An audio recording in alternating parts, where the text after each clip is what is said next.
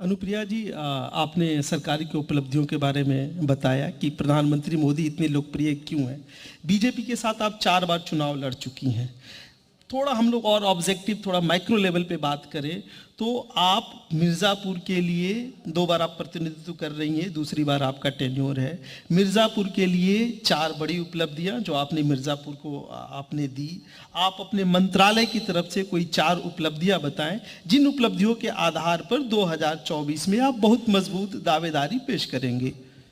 बिल्कुल, मेरा क्षेत्र मिर्ज़ापुर में 2014 में पहली बार चुनाव लड़ने गई तो बिल्कुल नया था मेरे लिए, मैं उनके लिए नई थी। और ऐसी परिस्थिति में मेरा सांसद बनना और लोगों का मुझ पर विश्वास करना, और मुझसे ज़्यादा मोदी जी पर विश्वास था, मैं आपके मंच से कह रही हूँ, क्योंकि मैं बहुत नई थी उस क्षेत्र के लिए। लेकिन मेरे लिए एक चुनौती थी कि जिस क्षेत्र की जनता ने मुझे इतनी ऊंचाइयों पर पहुँचाया है, मुझे कुछ वापस करना है। और मैं सरकार में शामिल हुई 2016 में। उसके बाद स्वास्थ्य राज्य मंत्री के रूप में मैं मिर्ज़ापुर के लिए बहुत पिछड़ा हुआ क्षेत्र है, वहाँ एक मेडिकल कॉलेज मैंने अपने मंत्रालय से अप्रूव कराया। वो मेडिकल कॉलेज बनकर तैयार है, 2nd बैच ऑफ MBBS वहाँ पर पढ़ाई कर रहा है।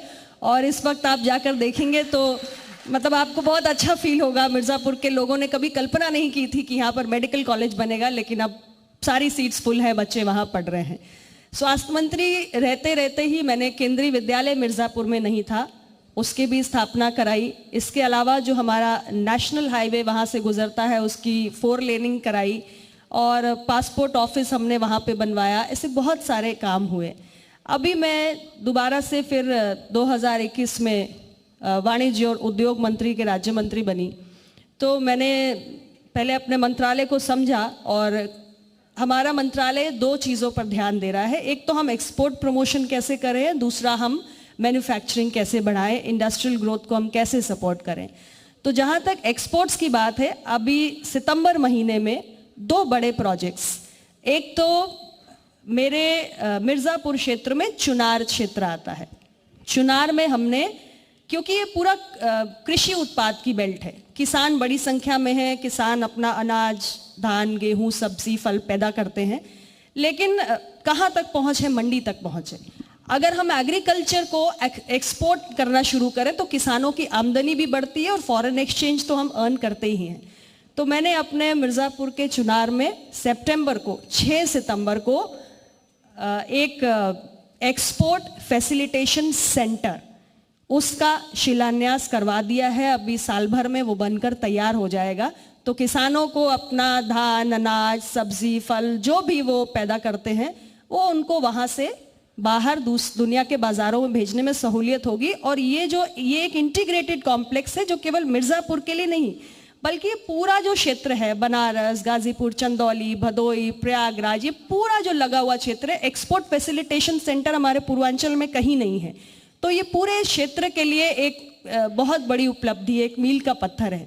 इसी के ठीक एक दिन पहले 5 सितंबर को, क्योंकि अब आप एक्सपोर्ट तो करना चाहते हो, लेकिन आपके पास ट्रांसपोर्ट की, माल ढुलाई की क्या व्यवस्था है, तो मैंने चुनार रेलवे स्टेशन पर ही, वहीं पर 7000 स्क्वायर मीटर्स में रेल मंत्रालय में बात करके वहाँ पे कॉनकॉर के माध्यम से एक लॉजिस्टिक पार्क का भी शिलान्यास करवा दिया कि अब इसके जरिए जो कंटेनर्स होंगे और जो रीफर कंटेनर्स होंगे, उनके माध्यम से केवल एग्रीकल्चर प्रोडक्ट ही नहीं, बल्कि आसपास में, जैसे हमारे यहाँ मिर्ज़ापुर, भदोई में कालीन बनता है, बनारस में हमारे यहाँ बहुत सारा हस्तशिल्प है, लकड़ी के खिलौने हैं, मिट्टी की पॉटरी है, तो तमाम इस तरीके का आसपास रेणुकूट में जो प्रोडक्ट्स पैदा होते हैं, या नैनी में कांच का सामान होता है, वो सब कुछ उस लॉजिस्टिक की व्यवस्था जो की है लॉजिस्टिक पार्क में, ट्रेन के कंटेनर्स के जरिए बंदरगाहों तक पहुंचेगा और दुनिया के बाजारों में जाएगा।